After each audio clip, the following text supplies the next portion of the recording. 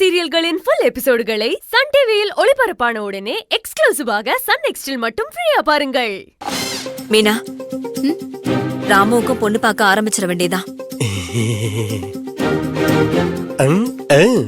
பண்ணிக்கோ. பண்ணிக்கோவா? இந்த பொண்ணுங்களே இப்படிதான் போல இருக்கு. தேவிக்கு கல்யாணம் முடிச்ச உடனே ராமுவுக்கு முதல்ல கல்யாணத்தை முடிக்கணும். எப்படி? இந்த மனுஷன் வேற ஏதாவது மாப்பிள்ளை பார்த்து கூட்டிட்டு வந்துருவாரோன்னு வயித்துல நெருப்ப கட்டிட்டு இருக்கேன்.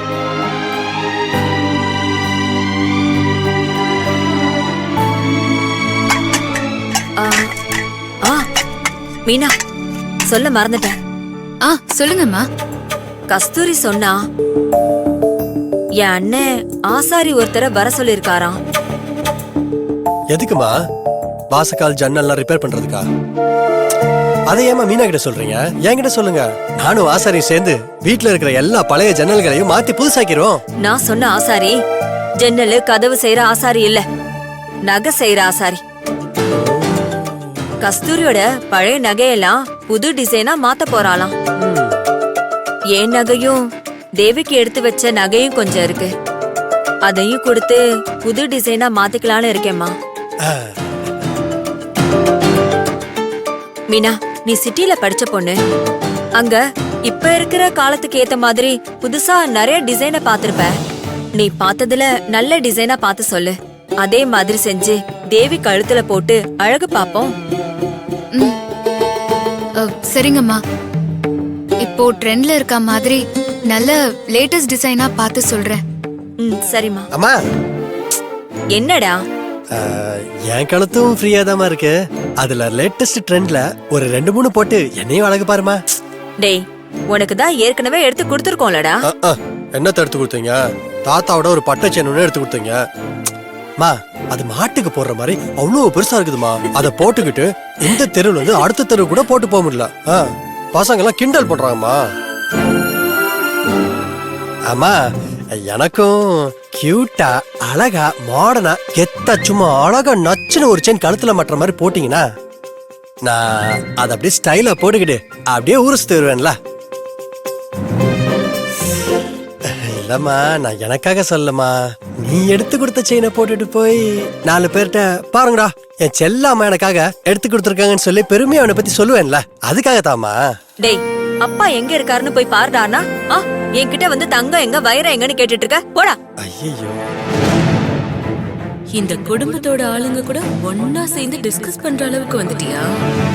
இவ இந்த குடும்பத்தோட இவ்ளோ க்ளோஸா இருந்தா நாம எப்படி இவ்ளோ கொள்றது? முதல்ல இவள குடும்பத்துல இருந்து பிரிக்கணும். அப்பதான் ஏன் வேலை சுலபமா முடியும்.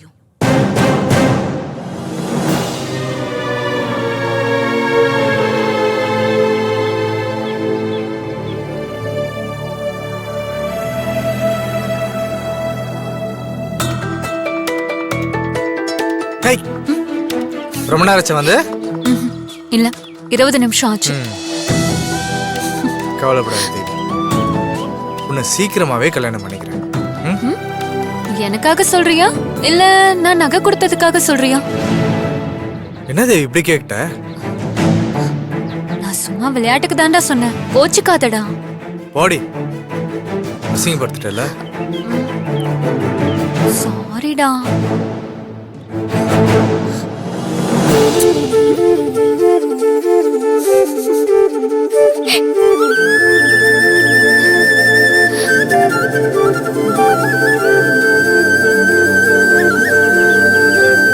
என்ன கோமா?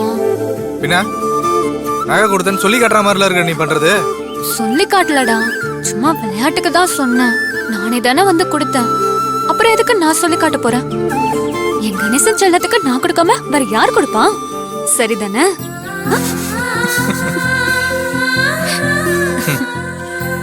இப்படி கொஞ்சியே என்ன மயக்கிடுறீங்க. சரி, என் நகையெல்லாம் என்ன பண்ண அடகு வச்சிட்டியா? 3 லட்சத்துக்கு அடகு வச்சிருக்கேன். டவுன்ல ஒரு கடையும் பார்த்துட்டேன். சூப்பர்டா. சீக்கிரம் கடையை ஓபன் பண்ணி உரம்லாம் வாங்கி உன் பிசினஸ் ஸ்டார்ட் பண்ணு. கூடிய சீக்கிரமே கடையை ஓபன் பண்ணி வெளிநாட்டுல இருந்து பல வகையான உரத்தை இறக்கி பிசினஸ் நல்லா டெவலப் பண்ணிட்டு கை நிறைய காசை சம்பாரிச்சு நேரா உங்க அப்பா கிட்ட போய் யோ மாமா உன் பொண்ணை எனக்கு கட்டி குடியா அப்படின்னு சொல்லி கேட்டு உன்னை கல்யாணம் பண்ணிட்டு உன்னை அப்படியே அள்ளி தூக்கிட்டு போய் அப்படியே என்ன ஏன் அதுக்குள்ள நிறுத்திட்ட? இதுக்கப்புறம் தான் முக்கியமான விஷயமே இருக்கு. உன்னை அப்படியே தூக்கி இப்ப பாரு நீ இதே நினைப்புலதான் இருக்க போல இருக்கே. என்னடி இப்படி கேள்ற? ஐயோ கணேசா, நீ சொன்னதெல்லாம் ஒன்னா நடக்கும்ல? இதெல்லாம் நடக்கும் தேவி. இதெல்லாம் நான் செய்ய மாட்டேன்னு உனக்கும் என் மேல நம்பிக்கை இல்லையா? நம்பிக்கை இல்லாமலாம் இல்ல, வர வர ஏதோ பயமா இருக்கு. இதுக்கு மேல என்ன பயம் உனக்கு? நான் உன்னோட வருங்கால புருஷன், ஒரு வருங்கால தொழிலதிபர். ஒரு தொழிலதிபரோட பொண்டாட்டி இப்படி ஃபீல் பண்ணலாமா? ஒவ்வொரு நாளும் உன் கூட வாழ்வன்ற நம்பிக்கையில தான் நான் வாழ்ந்துட்டு இருக்கேன். தினமும் நமக்கு கல்யாணம் ஆயிடும்னு கனவு கண்டுட்டு இருக்கேன். சீக்கிரமே நீ என் கழுத்துல 3 முடிச்சு போடணும்னு நான் எல்லா சாமியையும் வேண்டிட்டு இருக்கேன். கடவுள் நமக்கு துணையா இருப்பார் தேவி, கவலையப்படாத. நான் இருக்கேன். உன் கனவை கூடிய சீக்கிரம் நான் நிறைவேற்றினேன்.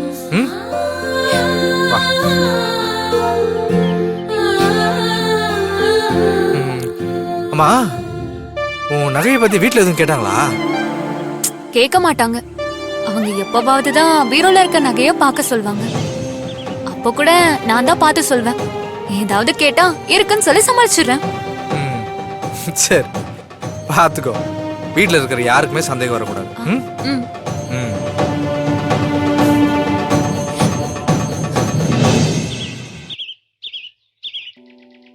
கடவுள் என்னும் முதலாளி கண்டெடுத்த விவசாயி.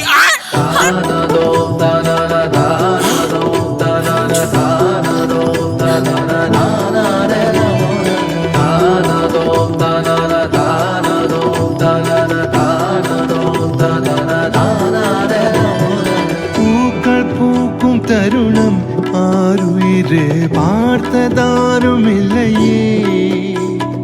புலரும் காலை பொழுதை முழுமதியும் விரிந்து போவதில்லையே. நேற்று வரை நேரம் போகவில்லையே, உனதருகே நேரம் போதவில்லையே. இது கனவா இல்ல நனவா? நினைவுதான். நினைவுதானா?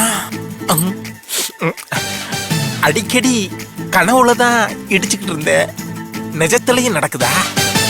Touching touching. ஆமா, நீங்க எப்ப ஊர்ல இருந்து வந்தீங்க?